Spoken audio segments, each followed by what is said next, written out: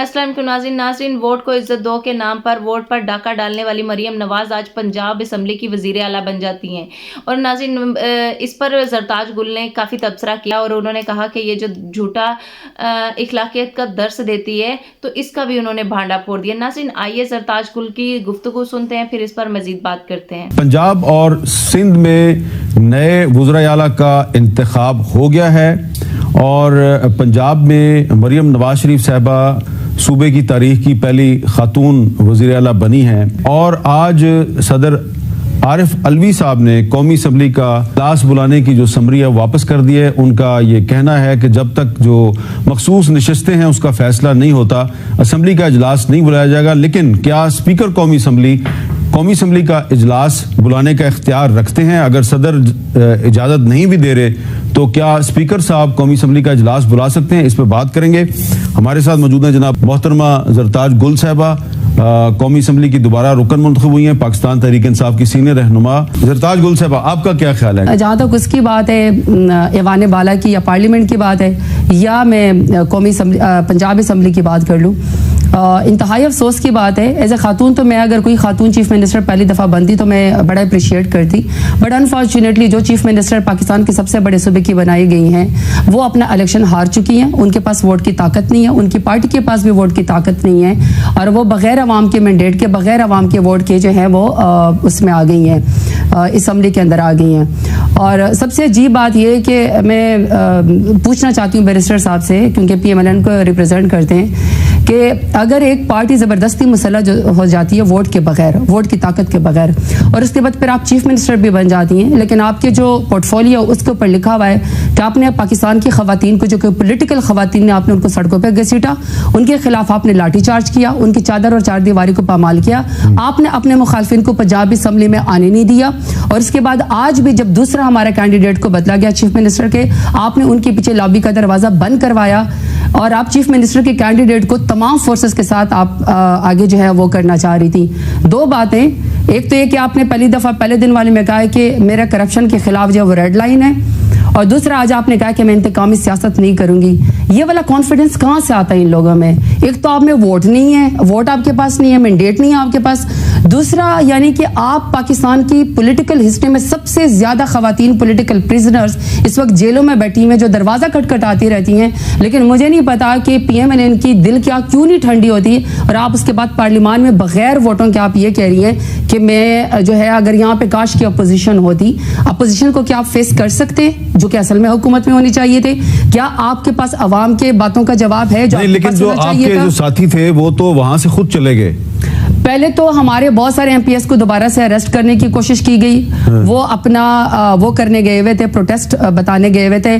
पहले मियां असलम इकबाल के साथ जो हुआ, फिर जो आज भी कल, मतलब ये एक प्रेसिडेंट बना दिया। कहना ये कि मैं इंसाफ करूंगी, लेकिन हाल आपका ये कि हर दफा जब पंजाब असम्बली का इजलास होगा तो कर्फ्यू लगेगा, हर दफा पुलिस की इतनी बड़ी भारी नफरी वहां पे आएगी, हर दफा आपके मुखालफिन के ऊपर जो है वो पर्चे हो गए। मैं मीर साहब यहाँ पे बैठी हुई हूँ, 25 से ज्यादा मेरे ऊपर FIR हैं, करप्शन, टेररिज्म, गद्दारी, वो तो छोड़े तोड़फोड़, मेरे ऊपर गाय चोरी का पर्चा भी PMLN वालों ने डाल दिया। मेरे सवाल का तो मैं अब पार्लियामान की बात करते हैं। अब पार्लियामान में आप आगे आना चाहते हैं और आप कहते हैं कि आपको वोट दो। सबसे पहली बात हुई कि तो आपस में खुद पूछते हैं कि आप 45 वाले या 47 वाले हैं। हम जो फॉर्म 45 वाले हैं, सदर अलवी साहब को इजलास बुलाना चाहिए। आई थिंक उनका पॉइंट बिल्कुल ठीक है। जब तक पार्लियामान पूरा ही नहीं है, पंजाब असम्बली के अंदर भी कैसे हुआ कि हमारी टेक्नोक्रेट्स की, माइनॉरिटीज की, हमारी खवातीन की सीटें पूरी ही नहीं है और आप वोट लेना चाहते हैं। तो जब हाउस ही मुकम्मल नहीं है, हाउस ही मुकम्मल नहीं है, इलेक्शन कमीशन के पास एक फैसला गया हुआ है, तो 1-2 दिन डिले करने से, जब तक इलेक्शन कमीशन का फैसला नहीं हो जाता, इससे क्या फर्क पड़ता है? आप एक पॉलिटिकल पार्टी को आप उसकी मेजॉरिटी दें, जितनी उनकी सीटें बनती हैं। आज तो ये हाल है कि लोग प्रेस कॉन्फ्रेंस कर रहे हैं कि मेरा जो है वो PTI से ताल्लुक है, लेकिन उसको किसी और का बना के तो रिजर्व सीट भी और PMLN कल इलेक्शन कमीशन ऑफ पाकिस्तान तो डेमोक्रेसी नहीं चलने वाली। कल इलेक्शन कमीशन ऑफ पाकिस्तान इस मामले पे जो है वो समाअत कर रहा है। 5 मेंबर बेंच बनाए जी इलेक्शन कमीशन का। ये जो रिजर्व सीटों का मामला है, इस पे वो समाअत करेंगे। अच्छा जरताज गुल साहब, आपका क्या ख्याल है कि आपने अपने जो शिकायतें हैं वो तो आपने बयान कर दी, अब होना क्या चाहिए कि ये जो 2024 है इसमें जो पाकिस्तान का जो आम आदमी है उसको कुछ रिलीफ भी मिले? वो जाहिर बात है उसी वक्त मिलेगी जब स्टेबिलिटी आएगी। स्टेबिलिटी कैसे आएगी? देखिए मीर साहब, ये तो ऑब्वियस सी बात है ना, 12 करोड़ वोटर्स हैं, 25 करोड़ आवाम है। अब 12 करोड़ आवाम ने जुल्म का बदला जो उनके साथ किया गया, पाकिस्तान की तारीख में ऐसा नहीं हुआ। मैं सिर्फ अपनी एग्जांपल इसलिए दे रही हूँ कि मैं तो आपके सामने जिंदा मिसाल हूँ। मैं इस कैपिटल तक जो पहुंची हूँ वापस वोट के जरिए, मुझे पता है। देखिए जंगों के भी कोई उसूल होते हैं कि खवातीन को और बच्चों को माफ कर दिया जाता है, मगर यहाँ ऐसा नहीं हुआ। बच्चों के सामने उनकी माओं को बालों से पकड़ के घसीटा करके डालों में डाला गया, पुलिस ने किया है ये अभी भी हो रहा है। इसके अलावा जो फॉर एग्जांपल डेरा गाजी खान में मैंने सोचा कि मैं खुद खातून हूँ और मेरे प्रपोजर और सेकेंडर खवातीन होनी चाहिए, ये उनकी बहादुरी है। आरओ के दफ्तर के सामने उनको अरेस्ट कर लिया गया। डेरा गाजी खान में एक पर्दे का सिस्टम है, वहां पे आप जब इस तरह के पॉलिटिकल एक्टिविस्ट को आरओ के दफ्तर के सामने सिर्फ इसलिए कि वो जरताज गुल की प्रपोजर और सेकेंडरी जब आप अरेस्ट करते हैं, आपके ख्याल में खवातीन आगे पॉलिटिक्स में आएंगी? चलो हम तो बहुत अपने लिए एक फाइट करते हैं, एक जगह रखते हैं, हम कहते हैं हमने वोट का हक अदा करना है और अपने लीडर इमरान खान का और पीटीआई के भी हक अदा करना है, तो हमने आगे से फाइट करती रहनी है। अब जब आगे आप चाहते हैं कि आगे बढ़ना चाहते हैं, तो देखिए मीर साहब, ये आपको भी पता है कि फॉर्म 45 एक वो वाहिद फॉर्म है जिसके ऊपर आरओ के अंगूठे के प्रिजाइडिंग ऑफिसर के अंगूठों के निशान लगे हुए हैं। मेरे 226 पोलिंग स्टेशन है, किसी के 130 होंगे, 200 होंगे। आगे ख्याल में जो फॉर्म 45 के ऊपर थंब जो वो लगा हुआ इंप्रेशन, वो रीडेबल है, वो कितनी देर में वो रिजेक्ट हो सकता है या वो रीडेबल नहीं है। दूसरा, जब फॉर्म 45 और फॉर्म 47 आपस में नहीं में लगा, या फॉर एग्जांपल मेरे ही सिर्फ 15,000 वोट रिजेक्ट होंगे और किसी और के रिजेक्ट नहीं होंगे ना, तो सवाल तो आएंगे। सबसे पहले आगे बढ़ने के लिए जिसकी जो मेजॉरिटी है, जिसके पास जो रिजल्ट है, 15,000 वोट रिजेक्ट भी हुए हैं। अब जब और सिर्फ मेरे ही हुए हैं। मेरा सवाल ये है कि जब फॉर्म 45 के मुताबिक कोई कैंडिडेट जीता है और आपको वो चैलेंज करता है इलेक्शन ट्राइब्यूनल में, अगला बंदा हल्फ लेके बैठा हुआ है जो उसकी जगह जो जीता नहीं है, तो उसका सवाल तो होगा ना कि आवाम ने मुझे वोट दिया है, तो मुझे आगे जाने के लिए कहां पे कौन सा फोरम मिलेगा। दूसरा, आपने कहा ना 2013 में भी धरने हुए थे, अभी भी धरने हुए थे। जब आप महंगाई के खिलाफ धरना लेकर और आपने 16 महीने में बदतरीन महंगाई जो मुल्क के ऊपर थोपी, तो आप बिलावल भुट्टो जरदारी साहब, मरियम नवाज साहिबा, इसी तरह मौलाना फजल रहमान साहब, कितनी दफाएं महंगाई मार्च करके, क्या किसी ने खवातीन को या इनके ऊपर कोई शेलिंग की या कोई लाठीचार्ज किया?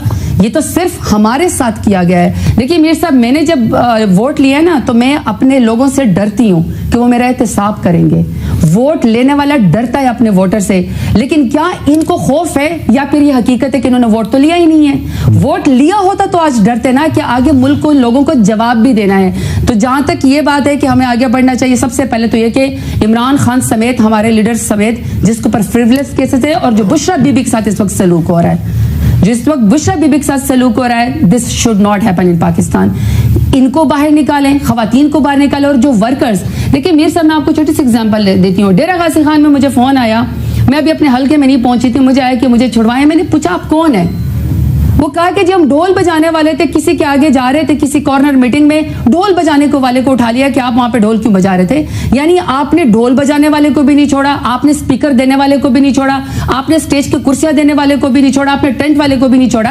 यानी आप किस किस को फिक्स करना चाहते हैं? तो बेहतर तो ये था कि जब आप लोग हर दफा खानदान शरीफ और खानदान जरदारी जब मिल जाता है, इकट्ठे मिल जाते हैं, मैं ये नहीं कहती, ये लोग बता सकते कि इनकी पॉलिटिकल पार्टीज राजी है कि नहीं, लेकिन ये खानदान आपस में दोनों हमेशा राजी होते हैं कि इन्होंने आपस में ये बांटना है ओहदों को, ये बांटे।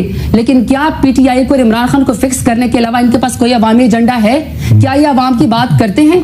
जरताज गुल साहिबा पे और इनके जो बाकी तहरीक इंसाफ के साथी हैं, उन पर अगर आप गाय चोरी के मुकदमात बनाएंगे तो इसकी कोई भी हमायत नहीं कर सकता। और इस किस्म के मुकदमात खत्म किए बगैर आप पाकिस्तान की जो सियासत है उसमें रवादारी को फरोग नहीं दे सकते और कोई हीलिंग टच जो है वो कामयाब नहीं होगा। नाज़रीन, जब कोई अवाम के मैंडेट के मुताबिक हुकूमत बनाता है तो उस पर अवाम का प्रेशर होता है कि अगर उसने अवाम को धोखा दिया या अवाम के हक में फैसले ना किए तो अगली बार अवाम उसको वोट नहीं देगी। और इसलिए उसको अवाम का थोड़ा डर होता है और अवाम का थोड़ा प्रेशर होता है। लेकिन नाज़रीन, ये जो दो खानदानी जमातें, पीपल्स पार्टी और नून लीग, इनको इस तरह का कोई डर लाहक नहीं होता कि अगर हमने अवाम को धोखा दिया या अवाम से झूठ बोला या अवाम के हक में फैसले ना किए तो हमारा क्या बनेगा, हमें वोट नहीं मिलेंगे। उनको इस किस्म का कोई डर लाहक नहीं होता, क्योंकि उनको पता है कि उन्होंने किस तरह से इक़्तिदार पर मुसल्लत होना है, किस तरह से पाकिस्तान पर मुसल्लत होना है, वो ये सब काम जानते, इसलिए उन पर कोई प्रेशर नहीं होता कि वो फैसले करते हुए अवाम के मफाद का सोचें या वो अवाम के रद्द अमल से डरें। क्योंकि नाज़रीन ये दो जमातें जानती हैं कि किस तरह से इक़्तिदार पर मसल्लत हुआ जाता है और किस तरह से इलेक्शन और वोट पर डाका डाला जाता है। सो इनके लिए ये मुश्किल नहीं इक़्तिदार में आना। तो अगर ये इक़्तिदार में आने के तमाम हरबे जानते हैं तो ये अवाम को मलकूत खातर नहीं रखते और अवाम का इन पर कोई प्रेशर नहीं होता, बल्कि ये अवाम से इंतकामी सियासत करते हैं, यानी कि अवाम से इस बात का इंतकाम लेते हैं कि उन्होंने इनको वोट क्यों नहीं डाला। नाज़रीन इन जमातों के इक़्तिदार में आने का सिर्फ और सिर्फ यही मकसद होता है कि इन्होंने अपनी जायदादें बनानी है, इन्होंने अपनी जेबें भरनी है और इन्होंने पाकिस्तान की जड़ें खोखली करनी है। सो ये काम बड़ी लगन के साथ और बड़ी दिलजोई के साथ करते हैं। नाज़रीन जब तक हुक्मरान और सियासतदान अवाम से नहीं डरेंगे और अवाम के हक में फैसले नहीं करेंगे तब तक कोई भी मुल्क तरक्की नहीं कर सकता। नाज़रीन वो हुकूमतें जो हमेशा अपने मफादात को तो तरजीह देती हैं, अपनी जेबें भरती हैं, अपनी जायदादें बनाती हैं और उनको अवाम से कोई गर्ज नहीं होता, अवाम का नहीं सोचते, ना अवाम के मफादात का सोचते हैं, तो वो हुकूमतें हमेशा उस मुल्क की तबाही का बाइस बनती हैं। जबकि आप देख सकते हैं कि ये दो ख़ानदान हमेशा पाकिस्तान की तबाही का बाइस बनते आए हैं और पाकिस्तान की जड़ों को खोखला करने वाले, पाकिस्तान की मईशत को नुकसान पहुंचाने वाले यही दो करप्ट टोले हैं। नाज़रीन आपका इस बारे में क्या कहना है? अपनी राय का इजहार भी ज़रूर करिएगा और चैनल को सब्सक्राइब ज़रूर करिएगा।